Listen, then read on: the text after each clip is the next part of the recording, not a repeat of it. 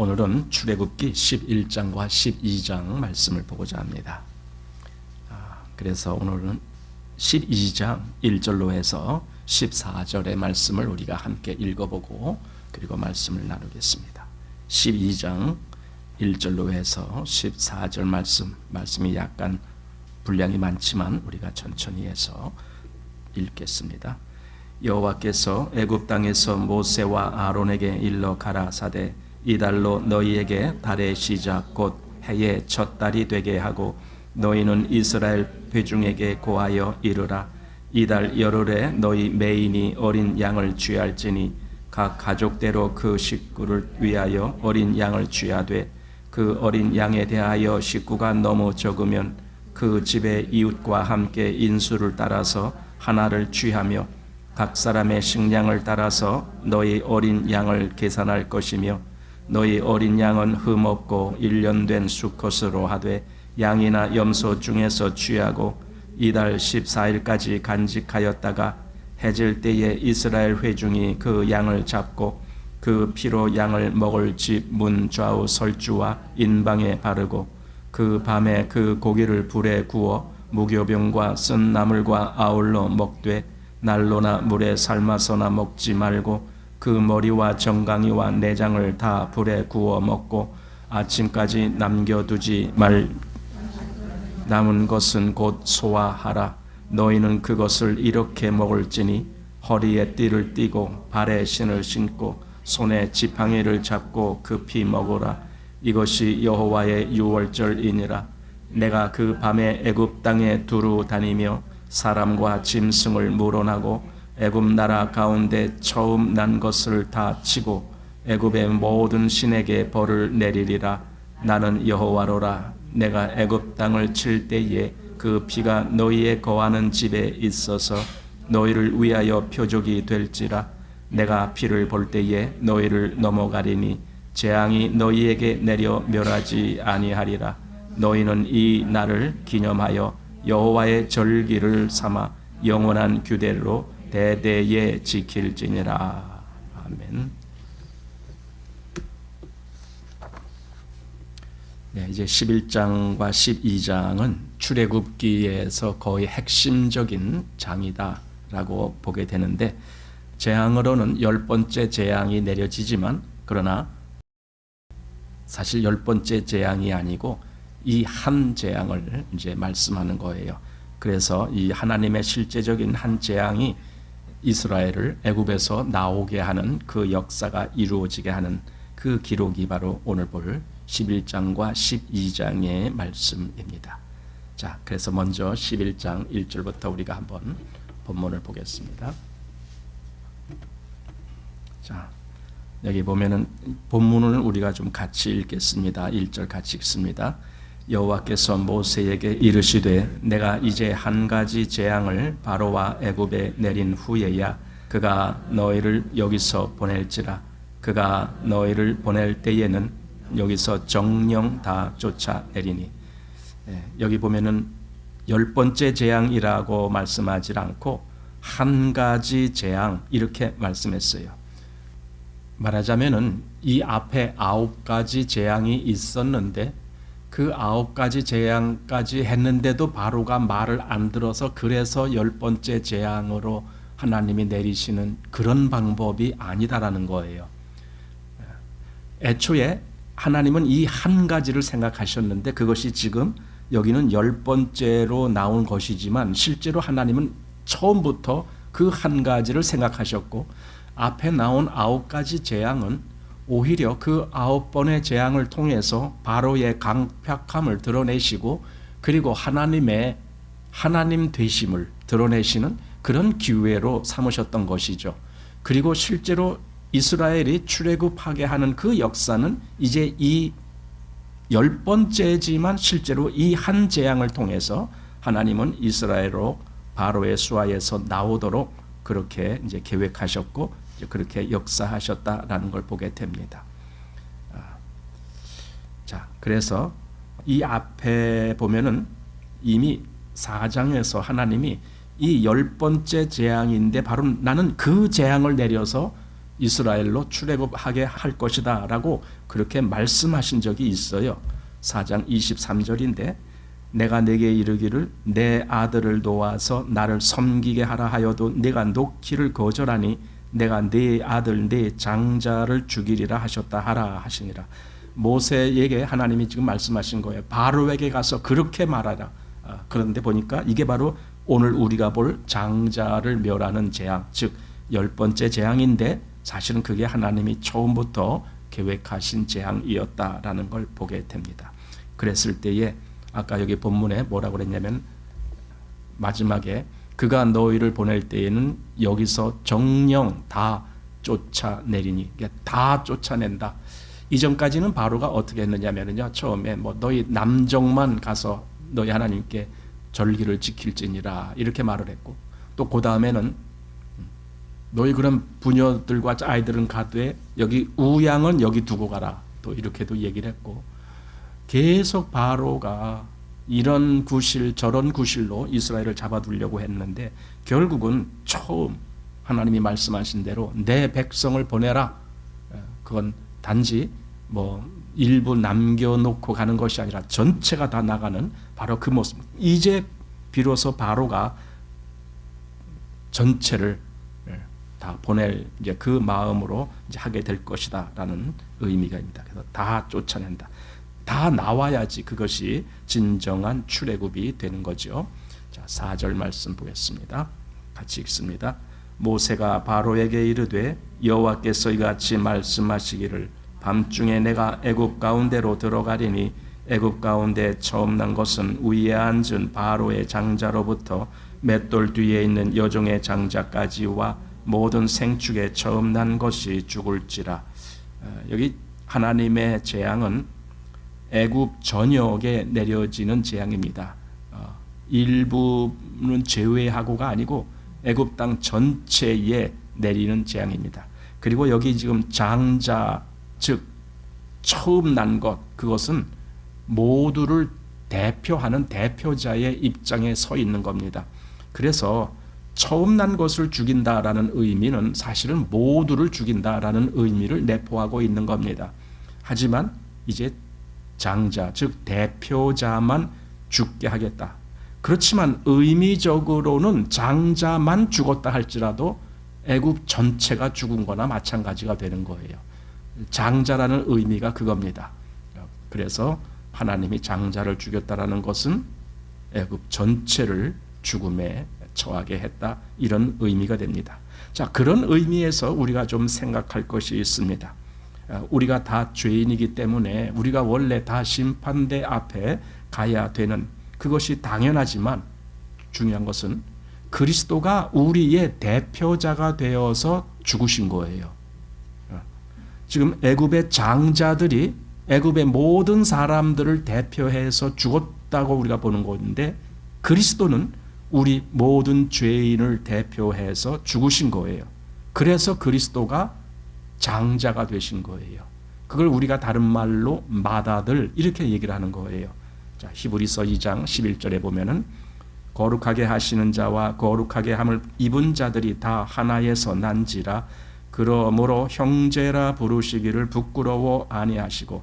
그럼 왜 그리스도는 우리와 형제의 관계를 원하셨느냐 했을 때 그가 우리의 장자, 즉 맏아들이 되시려고 그렇게 하셨다라는 걸 보게 됩니다. 그래서 로마서 8장 29절에 하나님이 미리 아신 자들로 또한 그 아들의 형상을 본받게 하기 위하여 미리 정하셨으니 이는 그로 많은 형제 중에서 맏아들이 되게 하려 하심이니라. 이렇게 된 겁니다.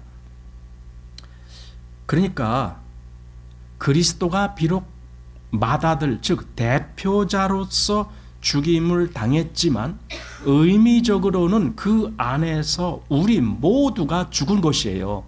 사실은 우리가 그 처지에 있는 거예요.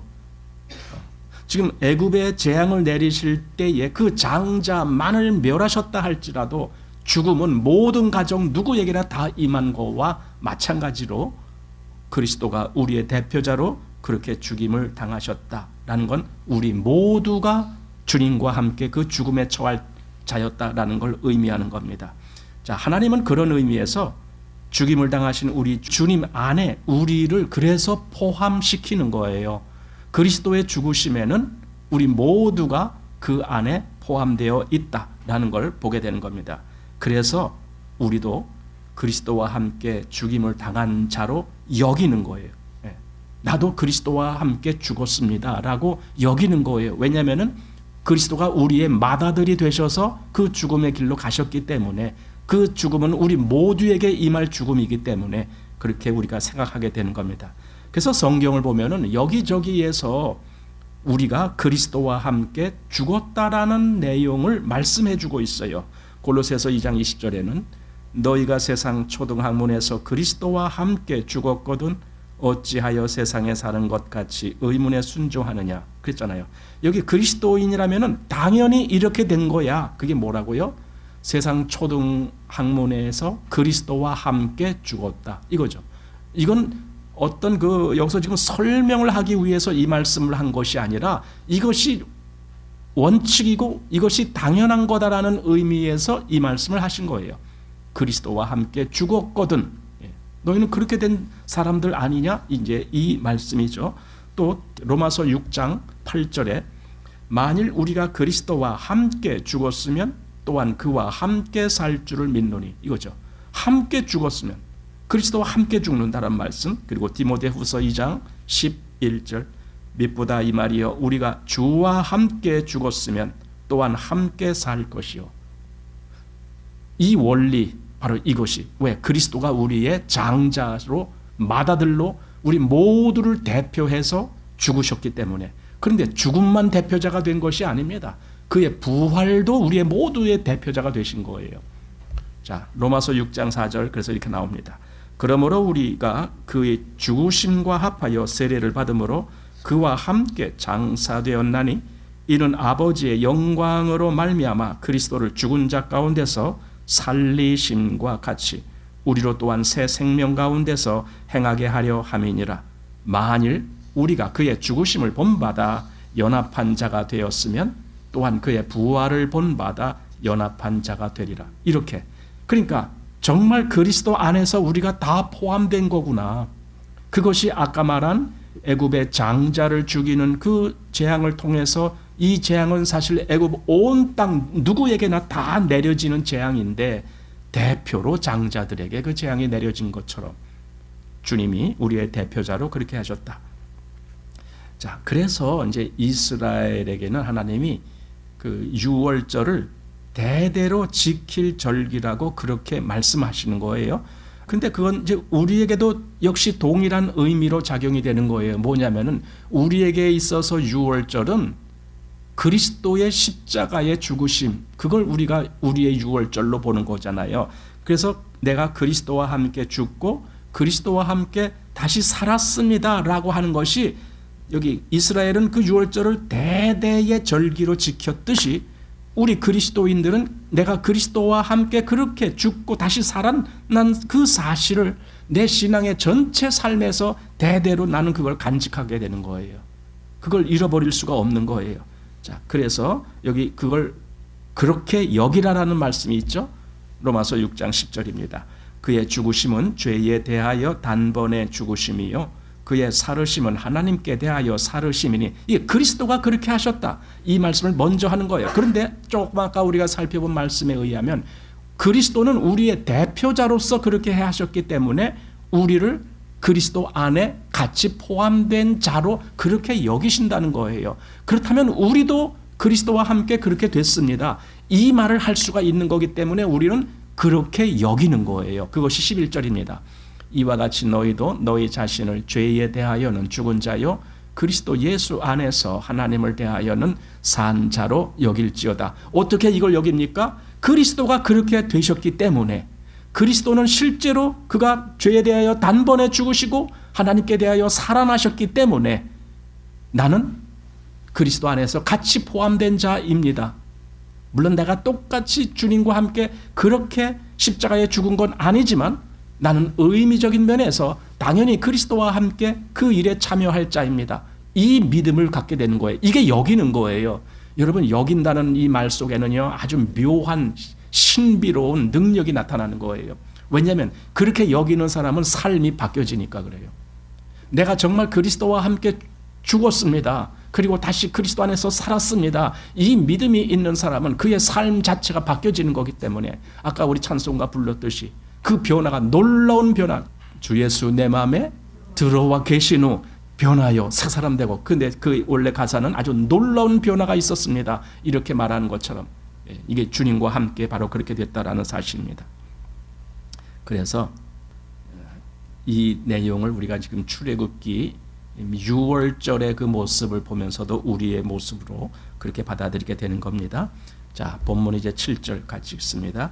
그러나 이스라엘 자손에게는 사람에게나 짐승에게나 개도 그 혀를 움직이지 않으리니 여호와가 애굽 사람과 이스라엘 사이에 구별하는 줄을 너희가 알리라 하셨나니.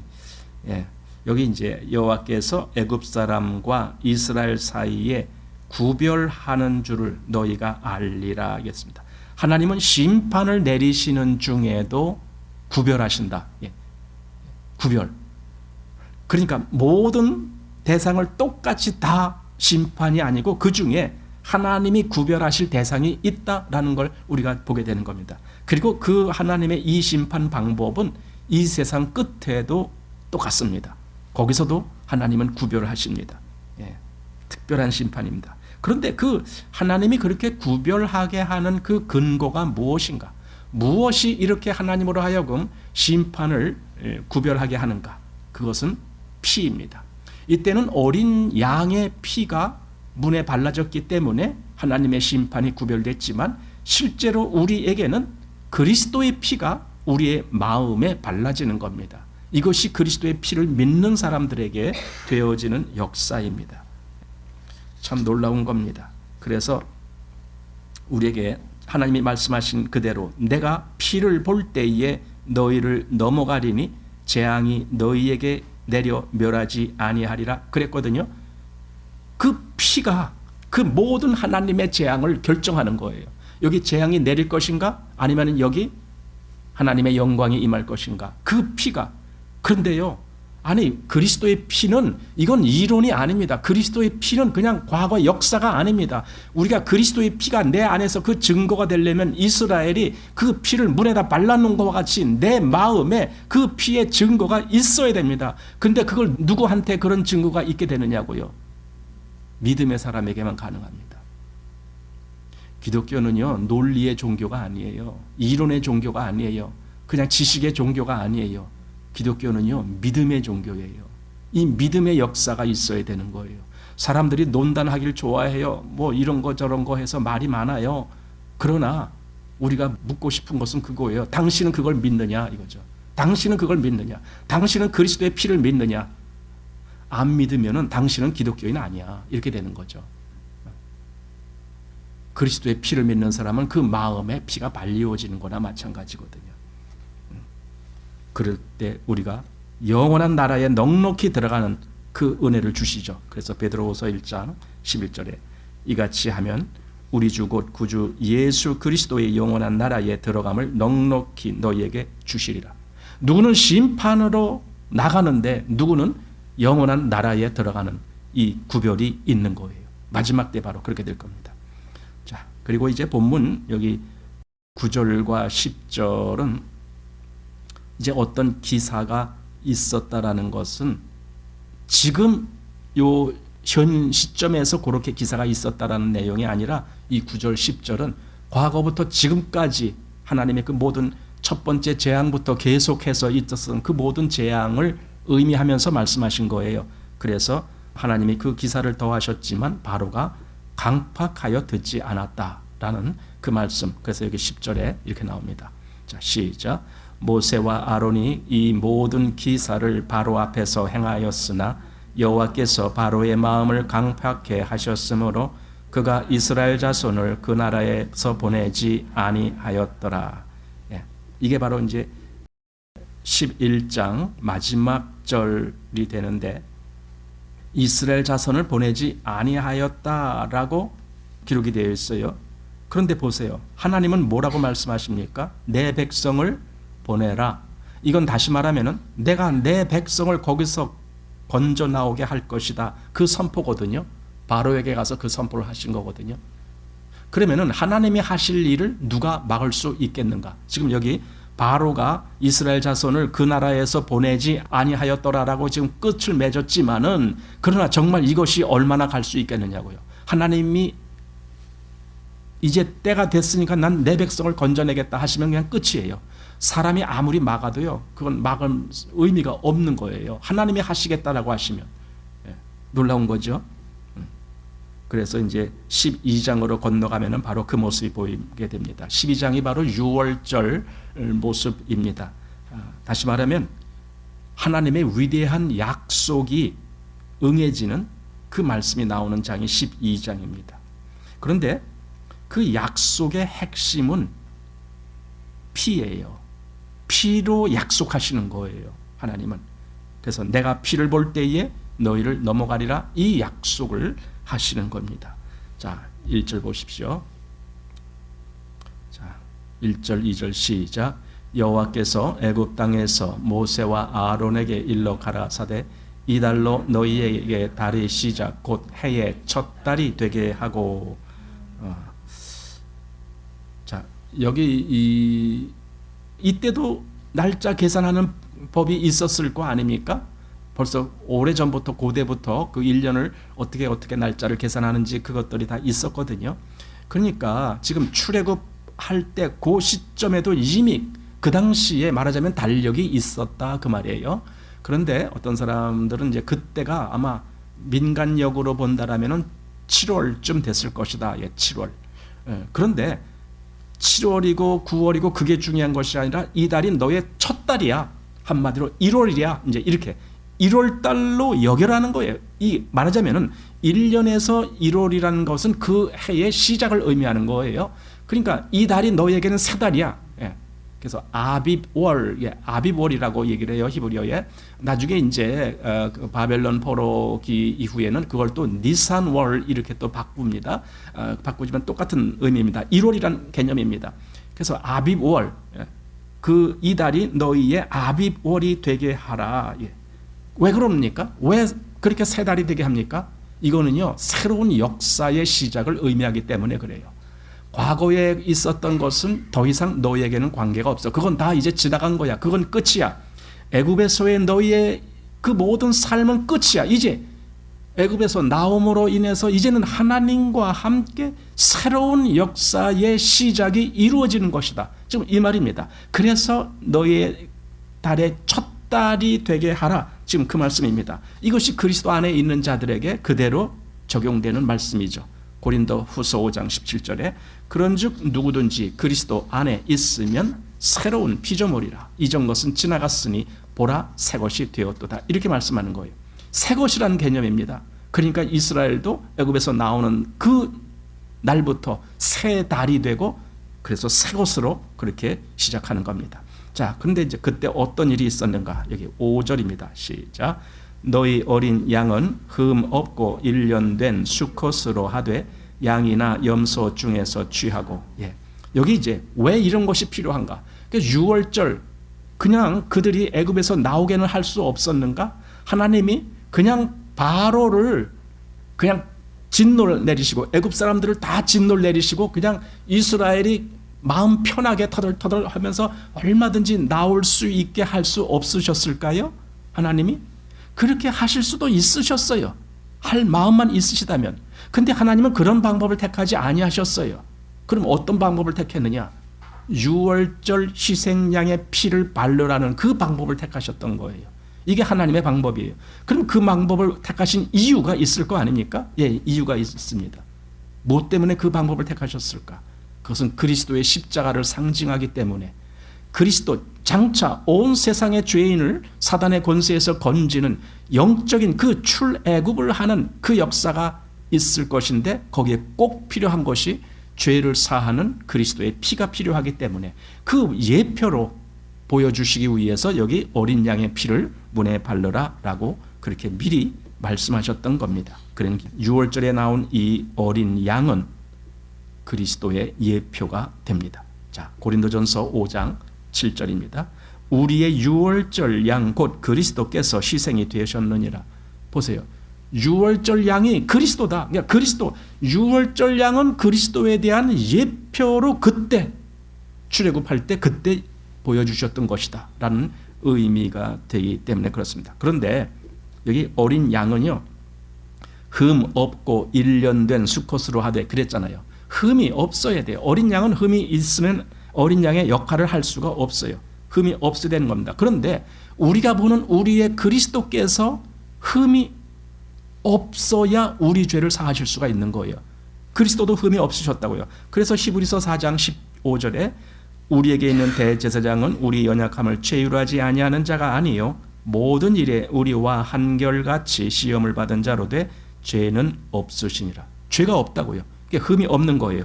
또 히브리서 9장 14절에도 하물며 영원하신 성령으로 말미암아 흠 없는 자기를 하나님께 드린 그리스도의 피가 어찌 너희 양심으로 죽은 행실에서 깨끗하게 하고 살아계신 하나님을 섬기게 못하겠느냐. 여기 흠 없는 자기를 하나님께 드린 그리스도의 피, 이렇게 말했습니다. 또 베드로전서 1장 18절에는 너희가 알거니와 너희 조상의 유전한 망령된 행실에서 구속된 것은 은이나 금같이 없어질 것으로 한 것이 아니요 오직 흠 없고 점 없는 어린 양 같은 그리스도의 보배로운 피로 한 것이니라. 그러니까 그 점 없고 흠 없는 어린 양, 그것이 바로 지금 출애굽기에서 보는 유월절의 양이고, 그리고 그것이 예표가 되어서 진짜 하나님 앞에서 죄를 사하는 그 일을 하실 그리스도가 바로 똑같이 점 없고 흠 없는, 말하자면 정말 하나도 그에게는 죄가 없으신 분인데 죽음의 길을 걷는 그 모습으로 우리에게 나타나신 것입니다. 네, 이것이 그리스도이십니다. 자, 본문 6절입니다. 시작. 이달 14일까지 간직하였다가 해질 때에 이스라엘 회중이 그 양을 잡고, 열흘에 그 양을 골라서 이제 놨는데 14일까지 4일 동안을 그냥 두는 거예요. 두면서 뭘 하냐? 관찰을 하는 거겠죠. 이것이 무슨 흠이 있는가? 겉에는 멀쩡한데 속에 무슨 뭐 흠이 있어갖고 한 이틀 지나서 얘가 픽 쓰러진다. 그러면 안 되잖아요. 그러니까 14일까지 회중이 그 양을 잘 관찰하는 겁니다. 그래서 점 없고 흠 없는 그 양이라 되는 겁니다. 여러분, 여기서 중요한 것이 그겁니다. 여기 마지막 절에 그랬잖아요. 이스라엘 회중이 그 양을 잡고, 잡는단 말이 죽이고 그 말이에요. 죽인다는 말입니다. 여러분, 희생양은 죽임을 당해야 되는 거예요. 그게 희생양의 의미예요. 희생양은 죽임을 당해야 된다. 왜냐하면 죄의 삭시 사망이기 때문에 그렇습니다. 흠 없는 그 양이 죽어야 죄 많은 이스라엘이 죽지 않게 되는 거예요. 이 모형이 이스라엘 때에는 이스라엘 회중이 각 집에서 그 양을 잡았지만, 그러나 이제 진짜 그 본체, 그러니까 모형이 아니고 그 본체가 왔을 때에는 하나님이 자기 아들을 내어주셨다 그랬어요. 그러니까 하나님이 자기 아들을 죽음에 내어보내셨다, 그렇게 말씀하는 거예요. 여기 그래서 로마서 8장 32절 자기 아들을 아끼지 아니하시고 우리 모든 사람을 위하여 내어주신 이, 그분이 하나님이시거든요. 그래서 창세기 22장에 아브라함 보고 그 아들 이삭을 번제로 드리라라고 했을 때 그 아들을 누가 죽이는 거예요? 아버지 아브라함이. 물론 죽음까지는 가지 않았지만은 아브라함이 칼을 빼서 그 이삭 위에 높이 들었던 거 아닙니까? 마찬가지로 하나님은 하나님께서 친히 당신의 아들을 죽음을 맞이하게 하신 거예요. 왜냐하면 죄의 값을 치르기 위해서. 우리가 그런 내용을 알았다라면 하나님의 마음을 조금이라도 더 헤아리게 된다라고 생각이 돼요. 자, 로마서 5장 10절입니다. 곧 우리가 원수 되었을 때에 그 아들의 죽으심으로 말미암아 하나님으로 더불어 화목되었은즉 화목된 자로서는 더욱 그의 살으심을 인하여 구원을 얻을 것이니라. 그러니까 그 아들의 죽으심으로 말미암아 하나님과 화목이 되게 만드시는 그 일을 하셨다. 그것은 곧 우리가 하나님 앞에 살게 하는 그 의미로 주님이 그렇게 죽임을 당하셨다라는 의미입니다. 자, 본문 다시 7절입니다. 시작. 그 피로 양을 먹을 집, 문, 좌우, 설주와 인방에 바르고. 피는요, 발라줘야 돼요. 양을 잡아서 그 사람들이 그대로 하나님 말씀대로 어린 양을 하나 잡아서 그 안에서 구워 먹고 뭐 거기서 다 했어. 그랬는데 피를 대문에 발라놓는 걸 깜빡했어. 어떻게 될까요, 그 집은? 그러니까 양이 죽었느냐가 문제가 아니에요. 양의 피가 문에 발라졌느냐가 문제인 거예요. 양이 아무리 죽었어도 피 발름이 없으면 그 약속은 다 허당이에요. 그러니까 보세요. 그게 무슨 의미겠습니까? 우리 많은 사람들이 그리스도가 모든 세상 죄를 위하여 죽으셨습니다라고 말을 하고 또 그렇게 믿는다라고 말을 하지만 문제는 그 문에 발라졌느냐가 문제거든요. 문이 뭔데요? 내 마음이에요. 하나님이 날 보실 때 내 마음속을 보시거든요. 내 마음이 나를 표하는 그 문이나 마찬가지인 거예요. 거기에 그리스도의 피가 발라졌느냐, 즉 나는 그 그리스도의 피를 진짜 믿음으로 받았는가, 그거죠. 그것하고 그냥 그리스도가 죽으셨다라는 그 객관적인 사실을 이야기하는 것하고는 완전히 다른 거예요. 이스라엘이 그냥 양만 잡아서 고기만 실컷 구워 먹고 피를 안 바른 것과 똑같은 경우가 된다면 그거 어떻게 되겠어요? 그 집에 재앙이 내려질까요? 안 내려질까요? 재앙이 반드시 내려집니다. 왜냐하면 하나님 말씀하시기를 내가 그 피를 볼 때에 너희를 넘어가리라 그랬거든요. 근데 피가 안 보여. 그러면 그 집에 누가 이스라엘이 있건 애굽인이 있건 할 것 없이 무조건 죽임을 당하는 거예요, 거기는. 그러니까 피 바름이 얼마나 중요한가 이거죠. 그래서 여기 히브리서 10장 22절 우리가 마음의 뿌림을 받아, 무슨 뿌림을 받는다는 겁니까? 피 뿌림이 받아지는 거예요. 마음의 뿌림을 받아 양심의 악을 깨닫고 몸을 맑은 물로 씻었으니 참 마음과 온전한 믿음으로 하나님께 나아가자. 피는 이렇게 마음에 뿌려져야 되는 겁니다. 왜냐하면 우리가 마음까지도 타락한 존재가 됐기 때문에 그래요. 여러분, 우리가 타락했다라고 하는 그 사실을 누가 실토할까? 누가 시인할까?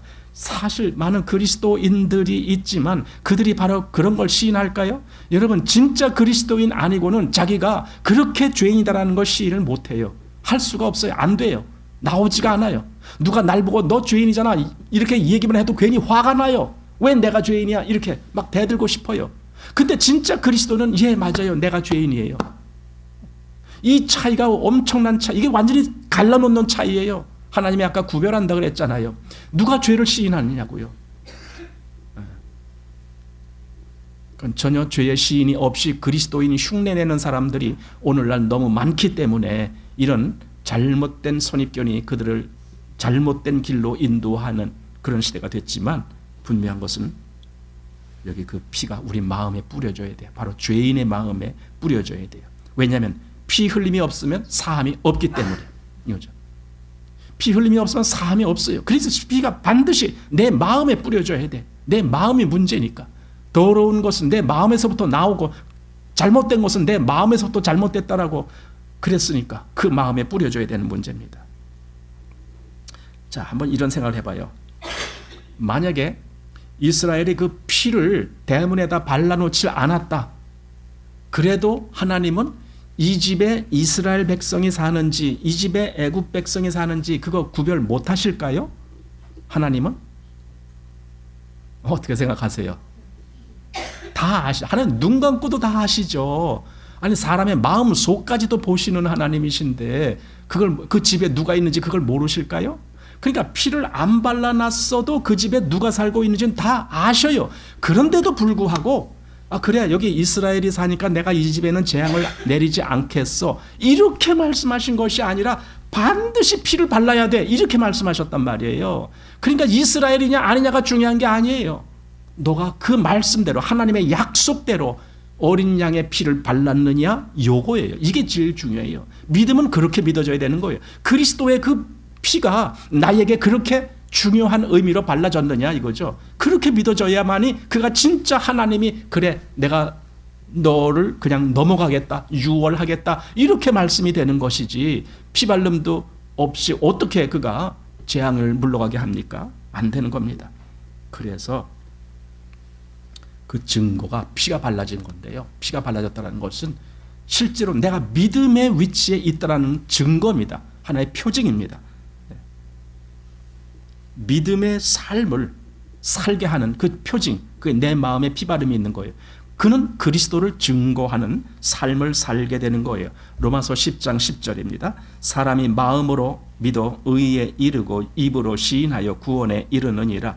이 마음으로 믿어요. 그런데 그 마음으로 믿는 것이 끝이 아닙니다. 입으로 시인함이 있습니다. 입으로 시인한다는 것은, 여러분, 입이 뭡니까? 다른 사람 들으라고 말하는 거 아닙니까? 그렇다면 나는 다른 사람 앞에서 그리스도를 시인하는 사람이 돼야 된다는 거예요. 그것은 뭡니까? 내 삶이 믿음의 삶으로 그리스도를 증거하는 삶이 된다, 그 말이에요. 그렇게 돼야 진짜 그가 여기 하나님이 원하시는 그런 믿음의 사람이다 라는 의미가 되는 거죠. 마태복음 10장 32절입니다. 누구든지 사람 앞에서 나를 시인하면 나도 하늘에 계신 내 아버지 앞에서 저를 시인할 것이요, 누구든지 사람 앞에서 나를 부인하면 나도 하늘에 계신 내 아버지 앞에서 저를 부인하리라. 그리스도를 부인한, 그리스도 정말 시인하지 못하는 사람은 그가 아무리 믿어요, 나도 믿어요 또 들어도요, 예수님이 나는 널 시인 안 해, 이렇게 되는 거예요. 이거 엄청난 선포예요. 이건 정말 가짜 그리스도인이 누군지를 구별하는 중요한 잣대가 되는 거예요. 내가 정말 사람 앞에서 그리스도를 시인하는가, 이 문제죠. 자, 본문 11절에서 13절 시작. 너희는 그것을 이렇게 먹을지니 허리에 띠를 띠고 발에 신을 신고 손에 지팡이를 잡고 급히 먹으라. 이것이 여호와의 유월절이니라. 내가 그 밤에 애굽 땅에 두루 다니며 사람과 짐승을 물어나고 애굽 나라 가운데 쳐 애굽의 모든 신에게 벌을 내리리라. 나는 여호와로라. 내가 애굽 땅을 칠 때에 그 피가 너희의 거하는 집에 있어서 너희를 위하여 표적이 될지라. 내가 피를 볼 때에 너희를 넘어가리니 재앙이 너희에게 내려 멸하지 아니하리라. 예. 여기 유월절은요, 이스라엘 백성들의 절기가 아닙니다.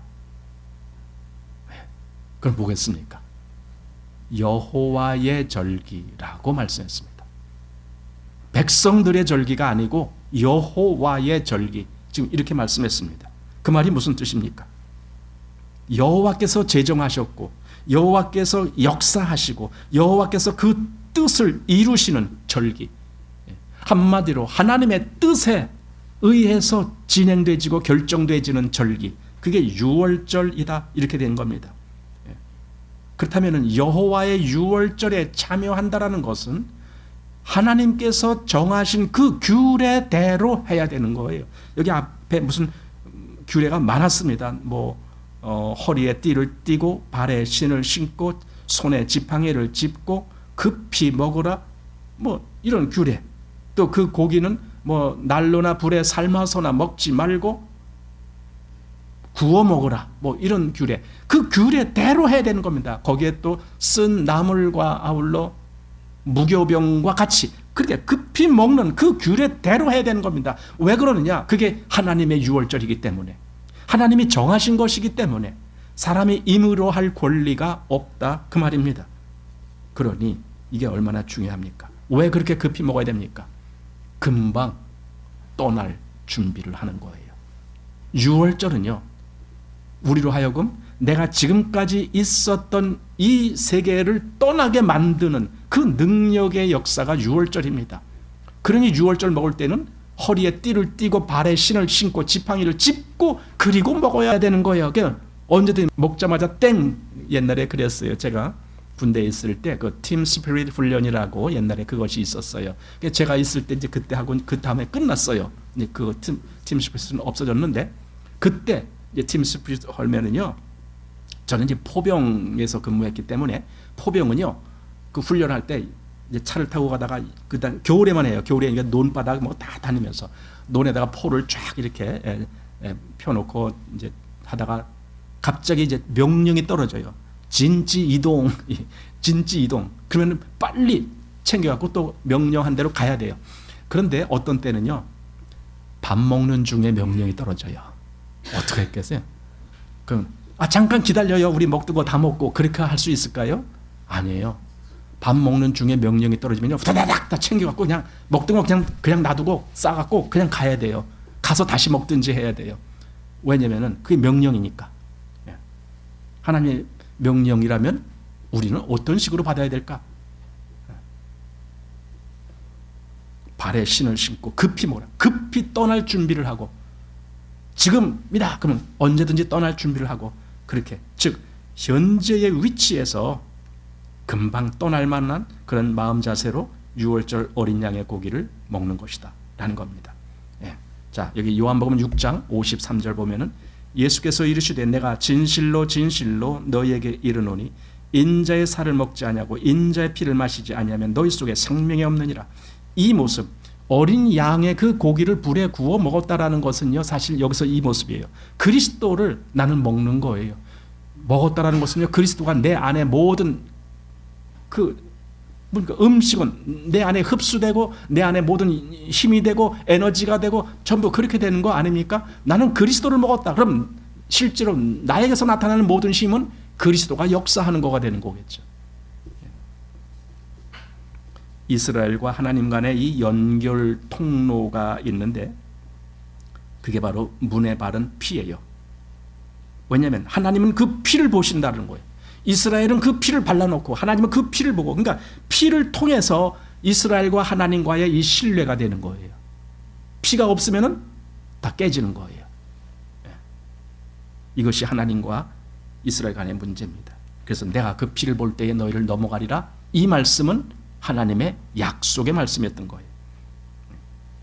하나님은 우리에게도 더 큰 약속을 하셨는데 그 아들에 대한 약속을 하셨어요.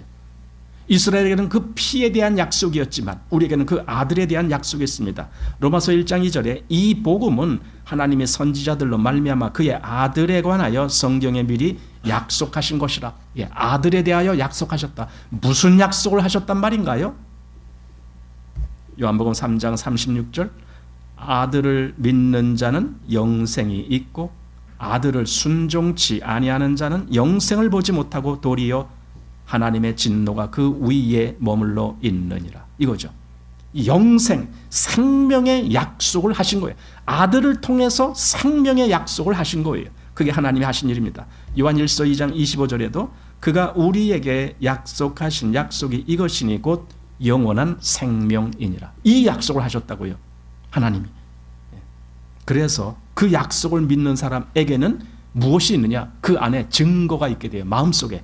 그래서 요한 1서 5장 10절에 하나님의 아들을 믿는 자는 자기 안에 증거가 있고 하나님을 믿지 아니하는 자는 하나님을 거짓말하는 자로 만드나니 이는 하나님께서 그의 아들에 관하여 증거하신 증거를 믿지 아니하였습니다.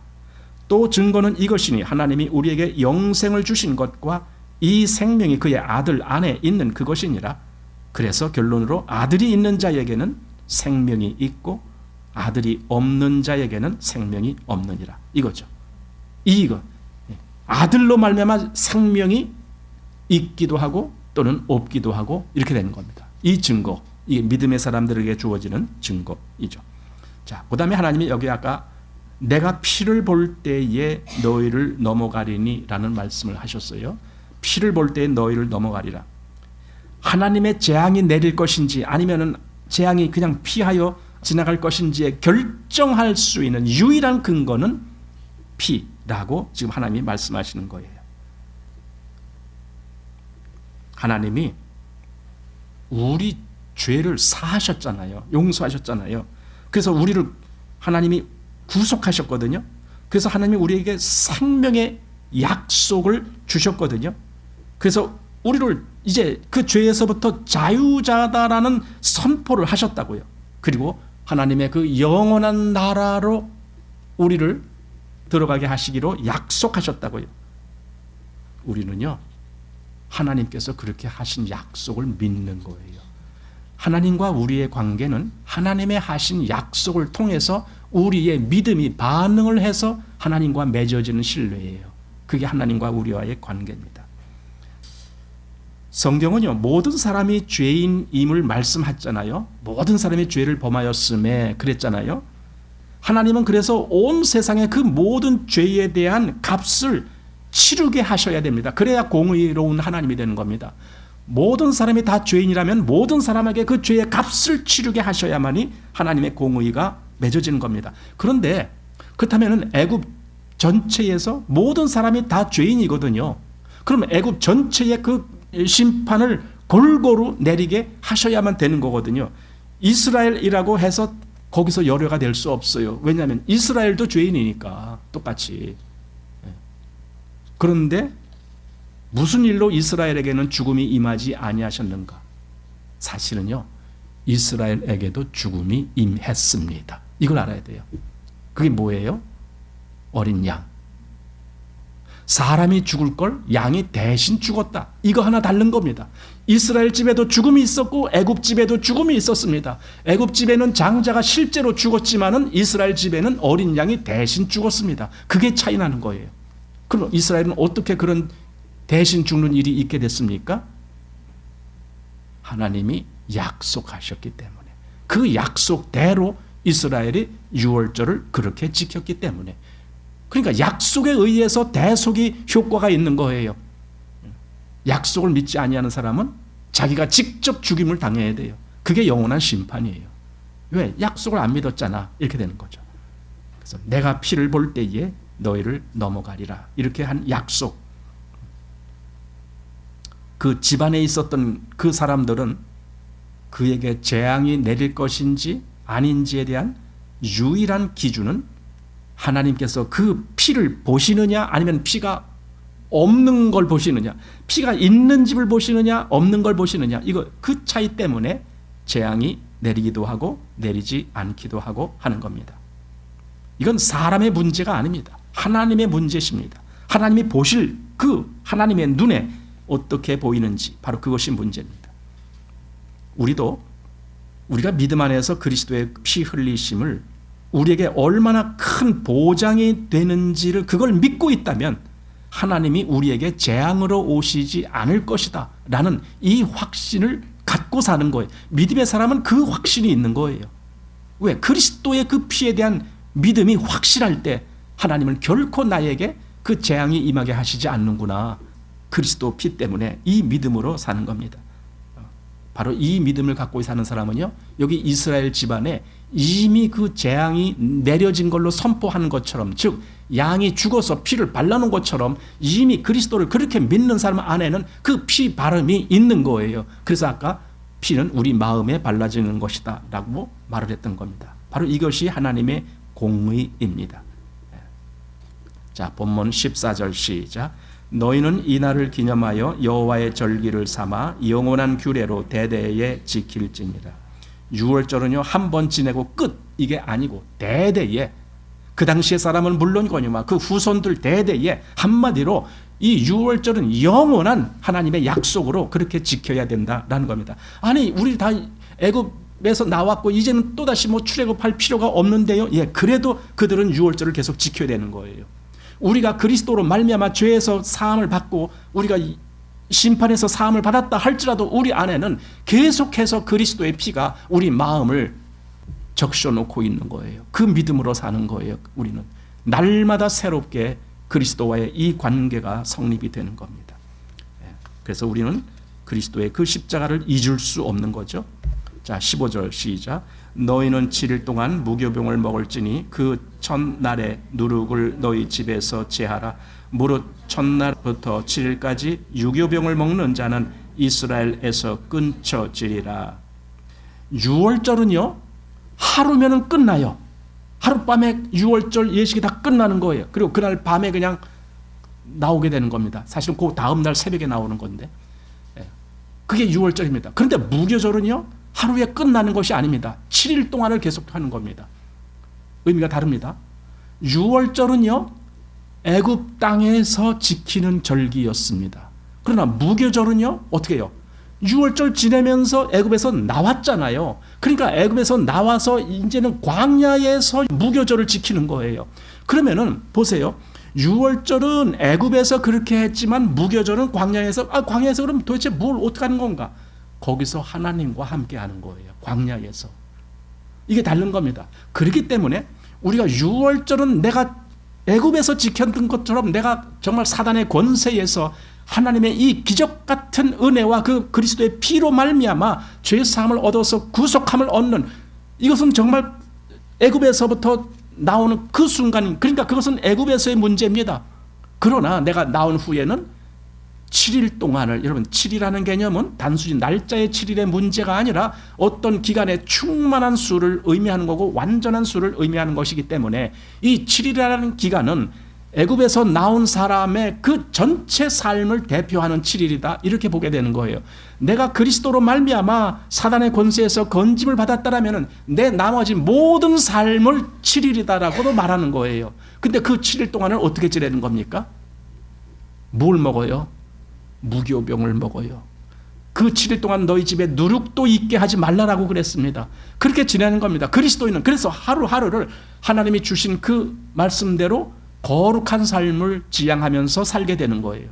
거룩함을 유지하는 거예요. 내가 거룩하니 너희도 거룩할지어다, 이렇게 말씀하신 그 말씀대로 그렇게 살아가는 거예요. 이것이 유월절과 무교절의 의미입니다. 그래서 여기 신명기 16장 보면은 유월절 제사를 네 하나님 여호와께서 내게 주신 각 성에서 드리지 말고 오직 네 하나님 여호와께서 그 이름을 두시려고 택하신 곳에서 네가 애굽에서 나오던 시각 곧 초저녁 해질 때에 드리고. 그러니까 유월절은 어디서 지내느냐? 나중에도 유월절은 꼭 그 예루살렘 성전에 가서 거기서 유월절을 지내게 되어 있습니다. 그런데 무교절은 어떻게 되는가? 여기 무교절 지내는 겁니다. 자, 18절 시작.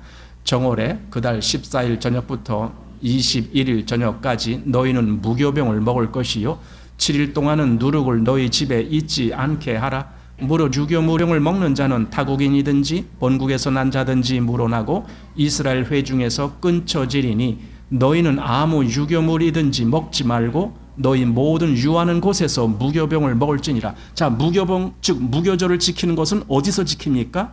너희 모든 유하는 곳. 아까 유월절은 어디서 지킵니까?